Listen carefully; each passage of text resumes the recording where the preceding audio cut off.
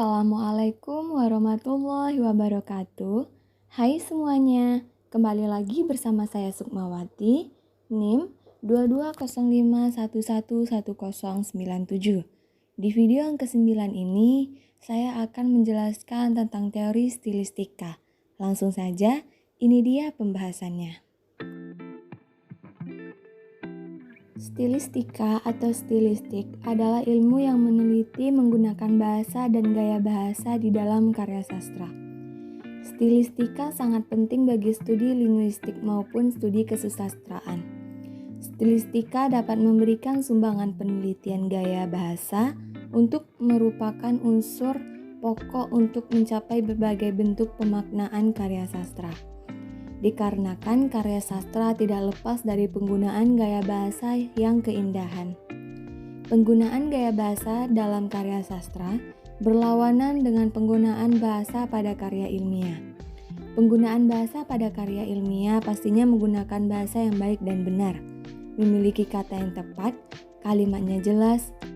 Ini harus diperhatikan sekali agar tidak menimbulkan makna ambigu atau ganda. Sedangkan pemakaian bahasa dalam karya sastra lebih memiliki kebebasan yang berasal dari kreativitas pengarang, karena dimaksudkan agar dapat memiliki kekayaan makna. Mustafa berpendapat bahwa stilistika adalah gaya bahasa yang digunakan seseorang dalam mengekspresikan gagasan lewat tulisan.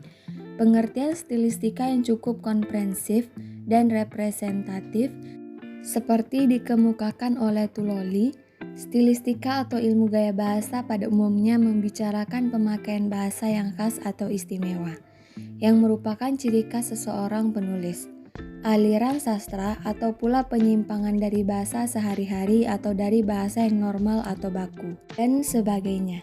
Dengan demikian, secara sederhana dapat disimpulkan bahwa stilistika adalah ilmu yang secara spesifik mengungkap penggunaan gaya bahasa yang khas dalam karya sastra.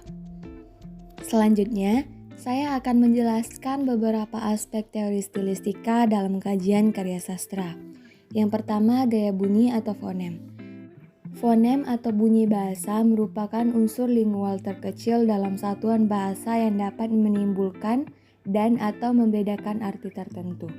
Fonem terbagi menjadi vokal dan konsonan.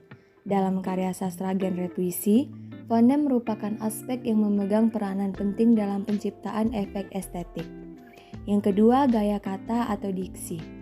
Diksi dapat diartikan sebagai pilihan kata-kata yang dilakukan oleh pengarang dalam karyanya guna menciptakan efek makna tertentu. Kata merupakan unsur bahasa yang paling esensial dalam karya sastra. Diksi adalah kata-kata mana yang dipakai untuk mengungkapkan suatu ide yang meliputi personal fraseologi, majas, dan ungkapan. Fraseologi mencangkup persoalan kata-kata dalam pengelompokan atau susunannya, atau cara-cara yang khusus membentuk ungkapan. Diksi adalah penentuan kata-kata seseorang untuk mengungkapkan gagasannya.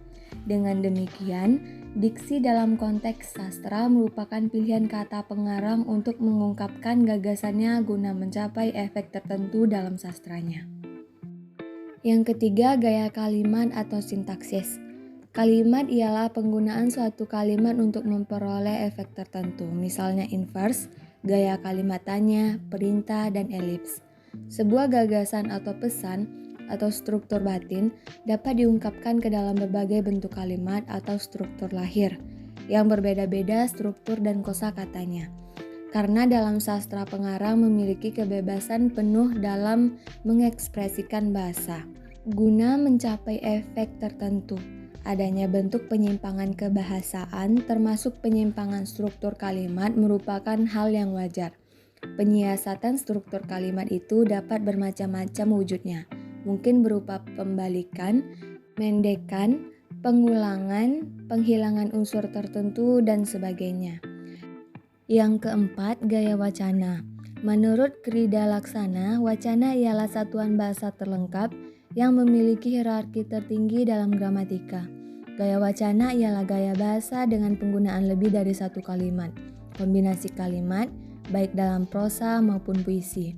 Gaya wacana dapat berupa paragraf, bait, keseluruhan karya sastra baik prosa seperti novel dan cerpen maupun keseluruhan puisi.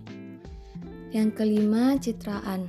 Citraan atau imaji dalam karya sastra berperan penting untuk menimbulkan pembayangan imajinatif, pembentukan gambaran mental, dan dapat membangkitkan pengalaman tertentu pada pembaca.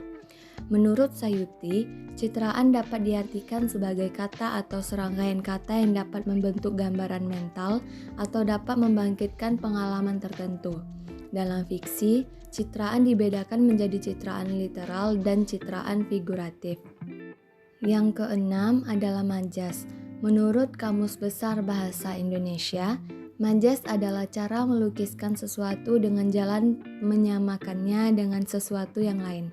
Definisi majas adalah gaya bahasa yang dapat berupa kiasan, ibarat, atau perumpamaan yang bertujuan untuk mempercantik makna dan pesan sebuah tulisan. Majas juga sangat banyak jenis-jenisnya.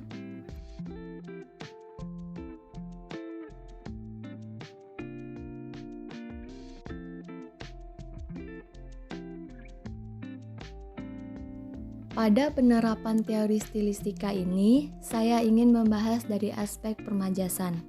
Majas yang ada di dalam puisi tersebut adalah majas paralelisme. Majas paralelisme lumrah digunakan dalam puisi.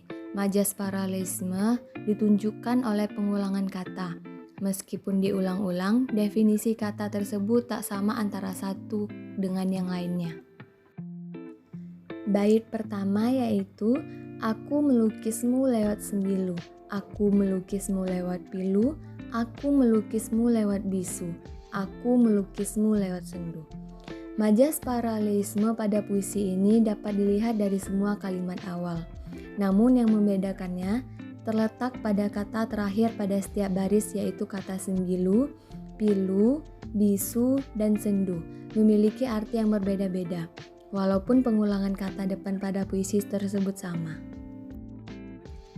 Bait selanjutnya yaitu dulu kau merayu, dulu kau mencumbu, dulu kau bicara, dulu kau memuja, dulu kau mencinta, dulu kau sempurna. Sama seperti pada bait sebelumnya, pada bait kali ini juga mengalami pengulangan atau disebut juga majas paralelisme. Pada bait ini, pengarang bersaja tentang hal-hal yang dahulu pernah lakukan, seperti merayu atau mengucapkan kata-kata manis, mencumbu atau mencium, sampai dengan pada bait dulu kau sempurna yang bermakna dulu beranggapan bahwa kau itu sempurna atau tidak kurang apapun. Dan bait yang terakhir adalah kini kau adalah luka, kini kau adalah siksa, kini kau adalah duka, kini kau adalah lara, kini kau adalah kegelapan, kini kau adalah penyesalan, kini kau adalah tangisan, kini kau adalah kematian. Pada bait yang terakhir ini, pada puisi yang berjudul Untuk Kau ini, masih menggunakan majas paralelisme yang ditunjukkan dengan pengulangan kata. Namun berbeda dengan bait sebelumnya yang menerangkan tentang kejadian yang telah lampau, pada bait ini bersajak tentang sesuatu yang sekarang terjadi.